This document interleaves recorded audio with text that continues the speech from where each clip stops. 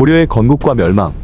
왕건이 자신의 주군이었던 태봉국왕 궁예를 역성혁명으로 몰아내면서 태봉을 멸망시키고 국호를 고려라하고 연호를 천수라하였으며 수도를 개경으로 삼아 918년 고려를 건국했다.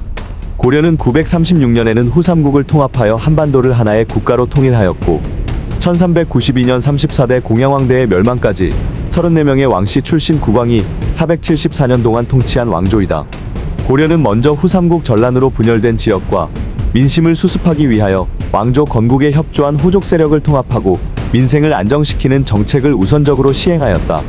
고려 정부는 각 지역의 유력한 호족 세력과 혼인관계를 맺어 왕실과의 유대를 강화하였다. 또한 그들에게 성씨를 내려주어 그들의 권위를 인정하였다. 한편으로 호족 세력을 견제하기 위하여 기인제도와 사심관제도를 시행하였다. 2대 해종, 3대 정종, 4대 광종, 5대 경종대에는 이러한 정책에 반발한 호족과 공신 세력을 대대적으로 숙청하는 정치적 격변을 치르기도 하였다. 4대 광종은 956년에 노비안건법을 시행하여 불법적으로 노비가 된 양인을 원래의 신분으로 회복시켰고 노비 소유주인 호족과 공신들의 경제 기반을 약화시켰다. 이어서 958년에 처음으로 과거제를 시행하였다. 과거제로 호족과 공신 세력을 대신하여 실력과 능력을 가진 인재가 새로운 지배층으로 충원되었다. 6대 성종은 중국에서 유교를 받아들여 국자감을 세우고 종묘와 사직을 정하였다. 또한 당나라 제도를 모방하여 삼성 6부의 정치제도와 이군 6위의 군사제도를 도입하여 집권적 국가체제의 기틀을 마련하였다.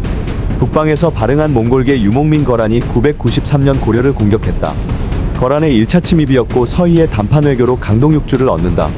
이후 중앙 내부의 권력 다툼과 혼란이 생기며 광종에게 억눌렸던 호족들의 발언권이 다시 강화되었고 7대 목종대에는 천추태후와 김치양이 전횡, 강조의 정변 등으로 왕위 교체가 발생하였다. 8대 현종대인 거란의 2차 침입 때는 수도 개경이 함락당해서 현종이 전라도 나주로 피난했다. 3차 침입 때 강감찬의 귀주대첩의 승리로 인해 아시아의 질서가 재편되었다. 그러나 내부적으로는 거듭되는 전쟁으로 무신의 힘이 증가하면서 고려 최초의 무신난인 기문최질의 난이 일어나기도 했다. 이런 사건들은 무신한테 권력을 주면 안 된다는 인식을 왕과 문신들에게 강하게 심어줬고 이 일 이후로 군사권을 문신에게 일임시키게 되었다.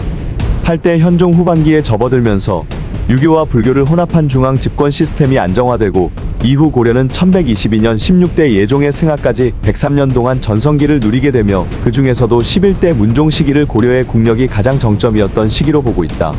전성기를 거쳐가며 고려 건국 초 가장 위협이 됐던 요나라가 내리막을 걷자 천리장성 넘어 성장하던 여진족이 새로운 위험 요소로 떠올랐다.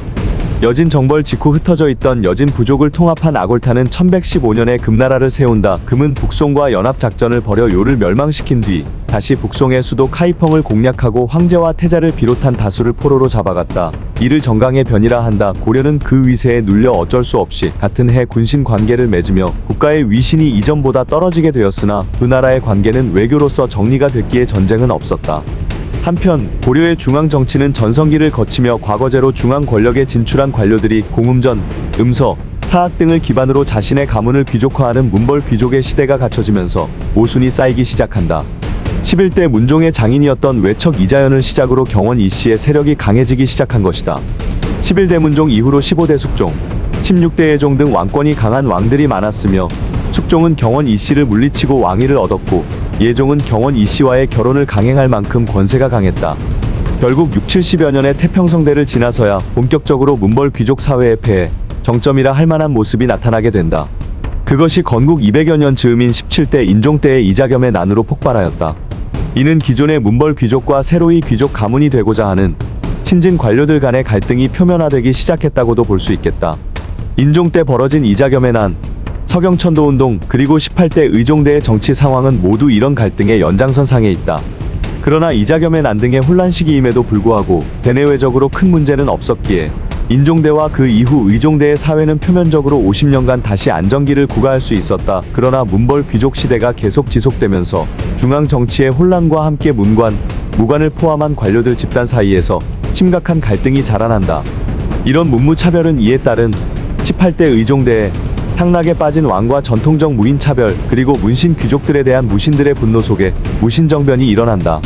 무신정변으로 폐위된 의종은 끝내 1173년 무신 권력자에게 죽임을 당하였다. 무신정변 이후 100년간 무신정권 시대가 전개되었다.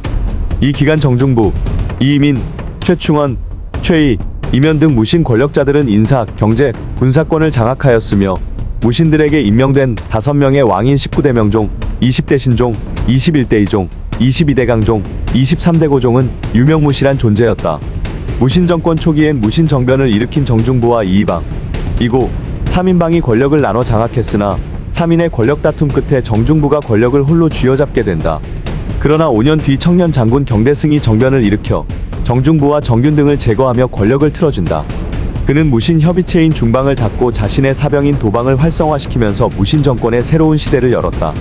그러나 경대승은 집권한 지 4년 만에 젊은 나이로 병사했고 이에 정중부의 잔당 이의민이 실권을 잡게 된다. 이의민은 동경의 천민 출신으로 무신 정변에 직접 가담했으며 당시 폐위되어 거제도에 유배가 있던 의종을 직접 시해까지 한 인물이다. 그러던 중 거병한 최충원 형제로 인해 미타산에서 이의민은 살해당하고 그의 아들들을 포함한 일가는 멸족당하고 만다. 이의민을 제거하고 권력을 장악한 최충원은 경대승이 취했던 권력 정책을 계승했다.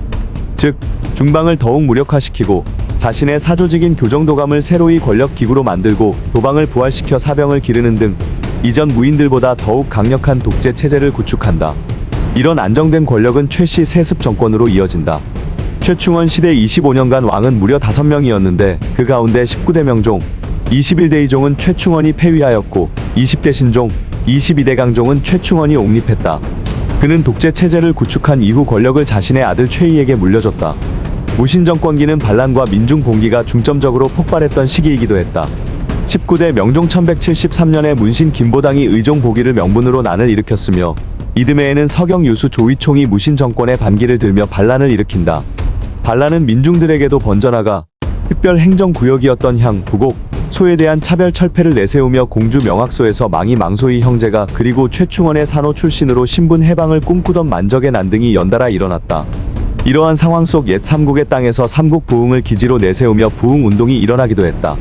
계속된 밀란은 결국 무신 집권기 고려의 혼란을 더욱 가속화시켰다. 몽골은 고려에 침입한 거란의 잔당을 함께 물리친 강동성 전투 이후 고려에 큰 은혜를 베풀었다는 듯 만행을 일삼았고 고려는 불만이 가득한 상황이었다.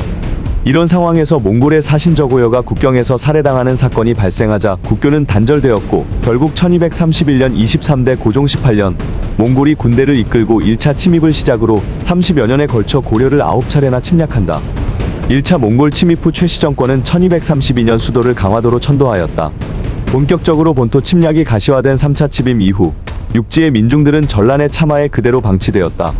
초기에는 처인성 전투 등으로 소규모 몽골군이 쉽게 물러갔지만 금나라가 멸망하고 전쟁이 장기화되면서 몽골이 파병하는 군대의 규모가 증가하였고 이 병력이 충주 이남으로 진격하면서 백성들은 곤욕을 치르게 된다.